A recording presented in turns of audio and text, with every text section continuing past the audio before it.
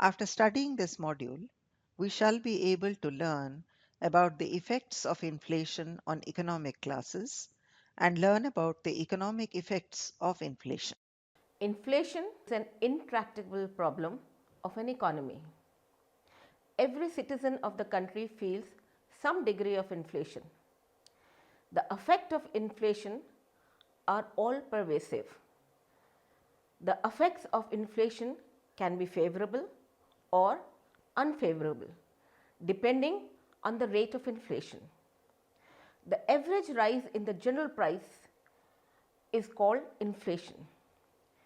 Due to inflation, the purchasing power of money reduces as too much money is needed to buy only few goods. In the short run, there is a positive relationship between the moderate rate of inflation and economic growth.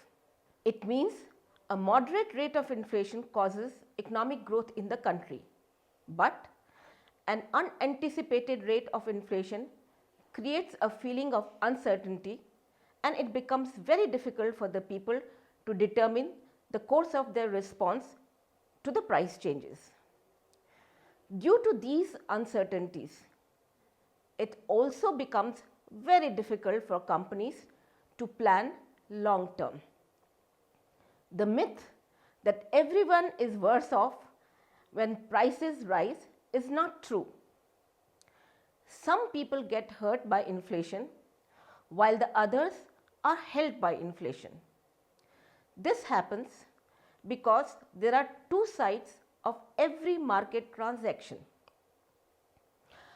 A price to the buyer is an income to the seller. People are hurt by inflation when the rise in their nominal income is less than the rise in average price. On the other hand, people are helped by inflation when their nominal income rises faster than average price, thereby boosting their real incomes. Everyone is affected by inflation. Some gain while others lose due to inflation. The various economic classes of a country can be producers, households and businesses, wage earners, farmers, fixed income people, borrowers and lenders, investors, and the government. Let us now discuss the effects of inflation on these economic classes. Producers.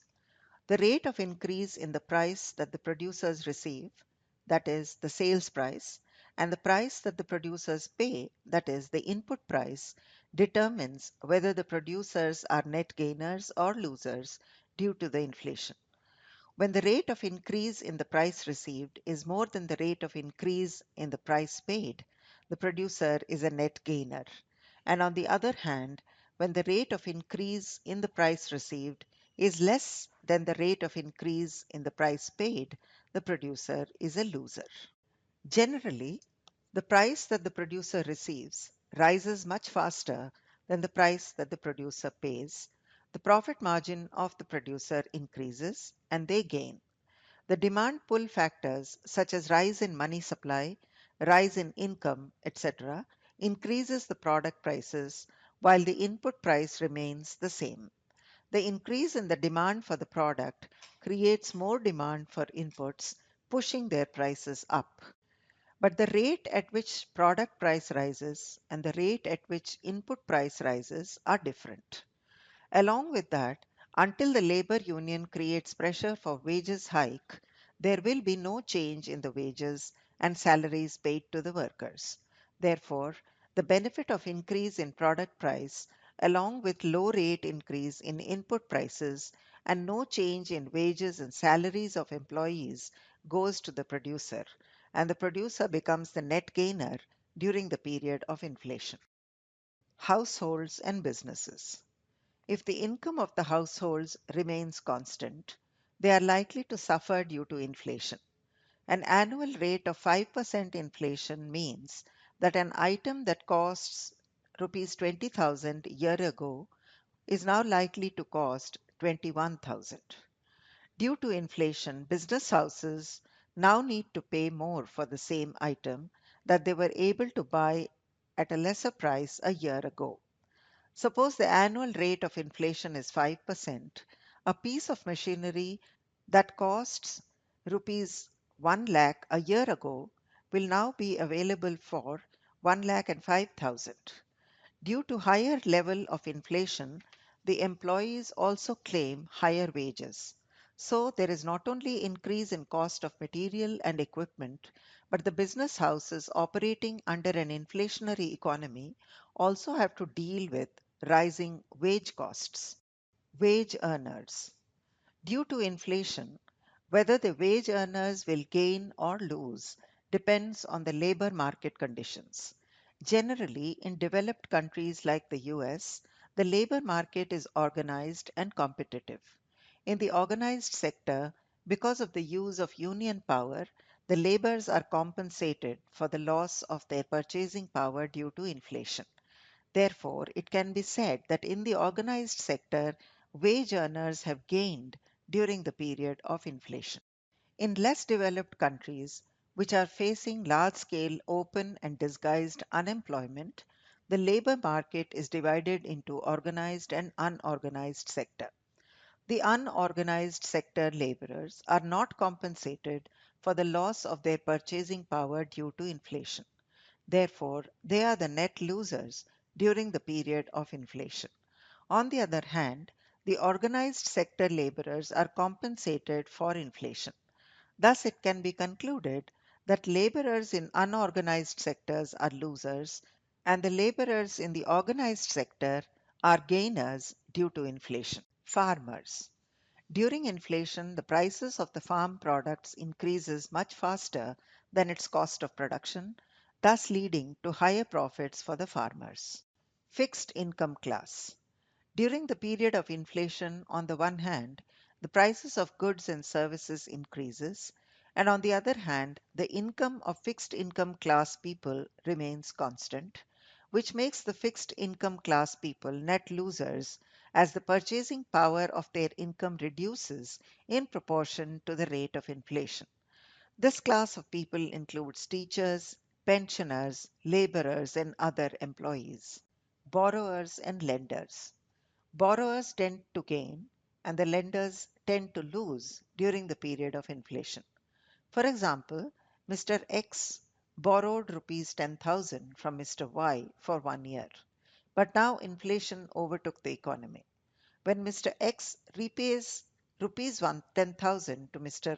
Y under inflationary situation, actually Mr. X is returning less purchasing power to Mr. Y as compared to what Mr. X had borrowed earlier. Investors. The investment pattern of the investors determines the effect of inflation on investors. Investors are gainers if they had invested their money in equities because of the rise in profits. On the other hand, if investors had invested their money in fixed income securities like bonds, debentures, etc., they are the losers as their income will remain fixed and there is rise in price due to inflation. Government. Due to inflation, the government's yield from personal income tax increases. Since inflation redistributes the income in favor of higher income groups, this enlarges the tax base for the personal income tax as the taxpayer falls into the higher slab rates. Government yield from corporate income tax also increases during the period of inflation. Inflation causes the profit to rise as the output price increases much faster than the input price. Consequently, the government yield from the corporate income tax increases as the producers are required to pay more tax on high profit. Therefore, the government is a net gainer during the period of inflation.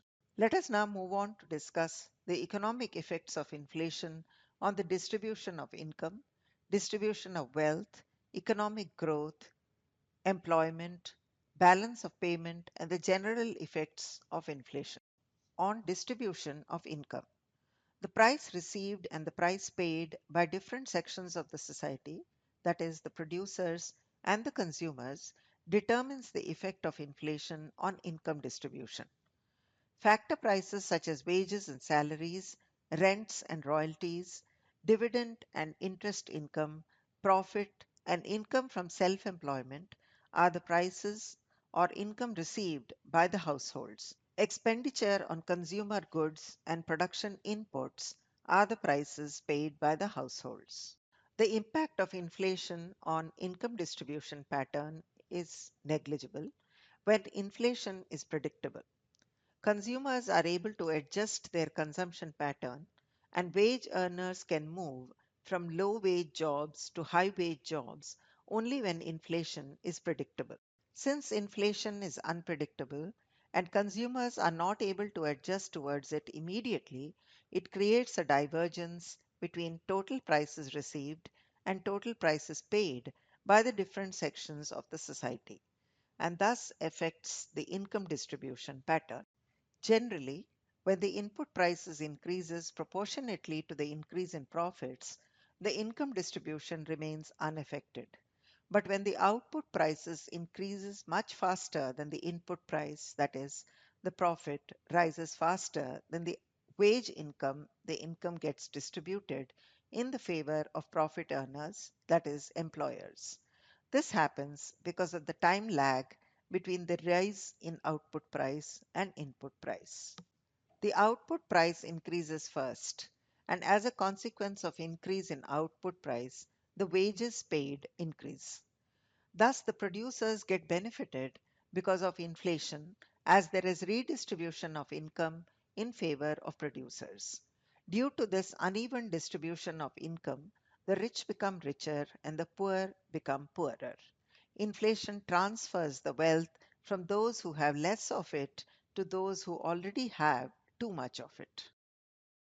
Effects of inflation on distribution of wealth. Price variables, assets and fixed value assets are the two categories of assets made from the point of view of analysis of effects of inflation on distribution of wealth.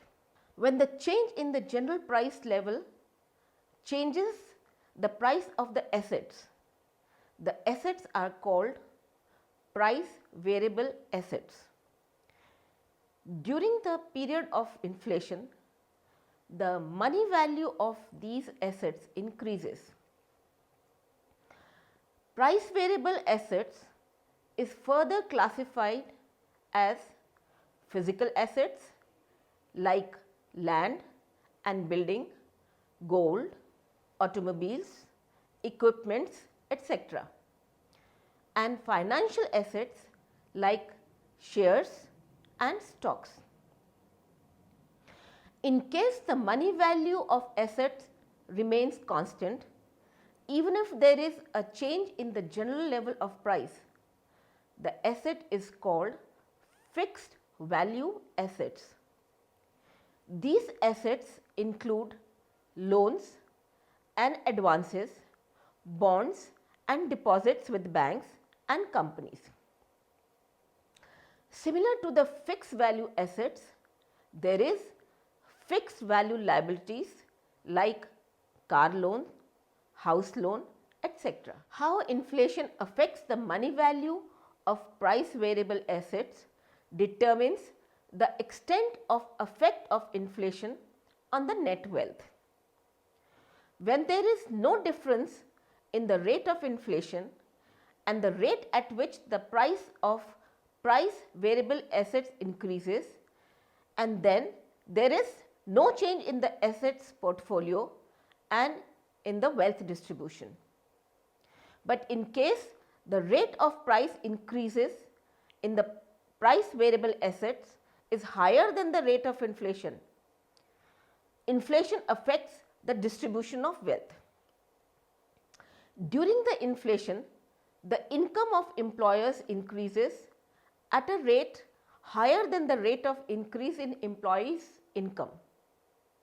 By this, there is more savings by the higher income groups as compared to the low income group. As a result, the high income group people are able to acquire more wealth as compared to the low income group. Thus, due to inflation, the wealthy class of the society is benefited. On economic growth. The rate of economic growth depends on the rate of capital formation, which in turn depends on the rate of savings and investments. Some economists are of the view that there is a positive relationship between the rate of moderate inflation and the rate of economic growth, as inflation tends to increase the level of savings and investments. Due to the time lag between the rise in price of output and rise in price of input, the profit margin of the producers increases. This increased profit margin of the producers provides them incentives to make investments, which in turn increase the production capacity and the level of output.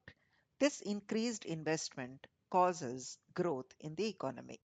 The higher income group and the wealthier people tend to benefit due to inflation, as inflation redistributes the income in their favor. Since the upper income group have a higher propensity to save, inflation causes the savings to rise in the economy. This results in increase in the supply of investable funds and lowers the rate of interest. Lower interest rate causes the investments to increase. Ultimately, the increase in the rate of savings and investments increases the rate of capital formation that causes economic growth in the economy. Some economists are of the view that a positive relationship between inflation and economic growth is inevitable only in the short run. In the long run, since the economic growth is affected by many factors, the relationship between inflation and growth loses its distinctiveness. Galloping and hyperinflation causes hindrance to the growth of an economy. On employment. Economic growth and employment are two sides of the same coin. The economic growth in the country creates additional employment opportunities. It is widely accepted that a moderate rate of inflation affects growth variables like savings, investments, and profits favorably. So it also affects the employment favorably. A high rate of inflation also increases employment opportunities, but it affects the growth adversely. Therefore, the policymakers are faced with a situation of dilemma. If they control the inflation, it will limit the employment opportunities and create unemployment. And on the other hand, if they allow inflation to go on a high rate, then it will affect the growth rate adversely. So there is a need to find out a trade off between inflation and unemployment by the policymakers. On balance of payment.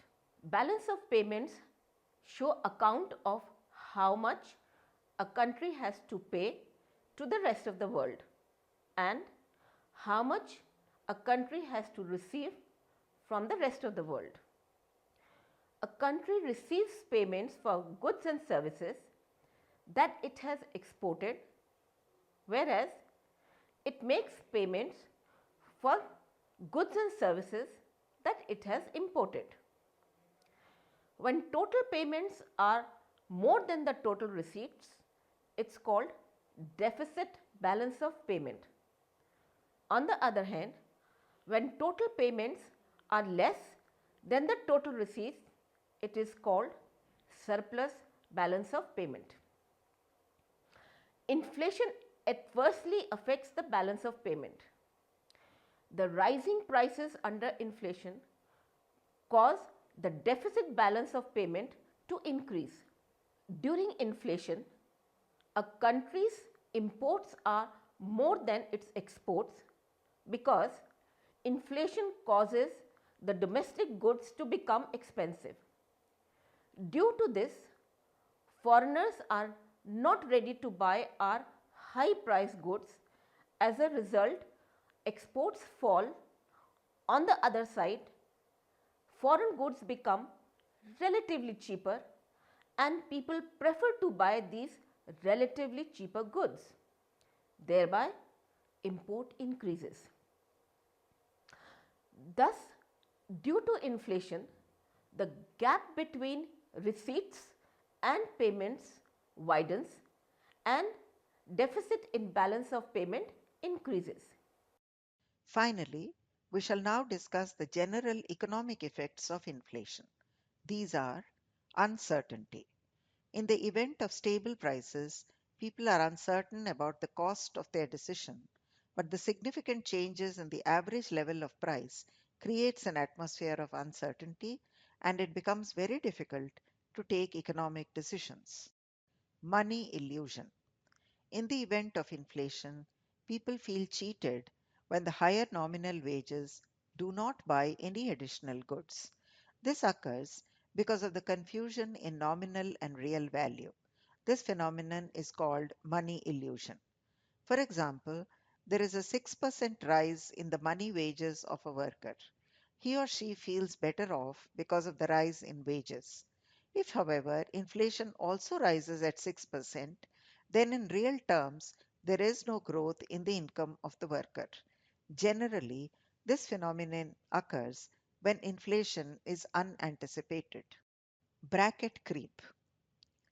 Inflation tends to increase everyone's income, and since the tax rates are progressive, that is, higher tax rates for higher income and lower tax rates for lower income, people are confronted with higher tax rates and are pushed into higher tax brackets.